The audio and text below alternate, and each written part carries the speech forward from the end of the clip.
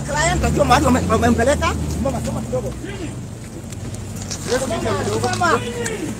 Wamechukua client, akijua mahali wamempeleka. Wamechukua client yangu. Don't worry. Kwa hiyo tunataka akijui wameiba client, wamechukua client, akijui koti wamempeleka, tumeenda kumtafuta.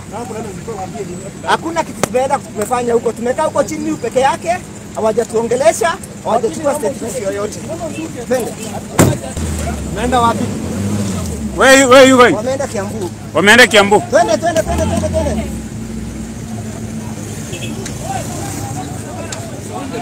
Oya, anasema wameenda Kiambu. Wakisema Maina yuko wapi? Maina hatujui amepelekwa wapi.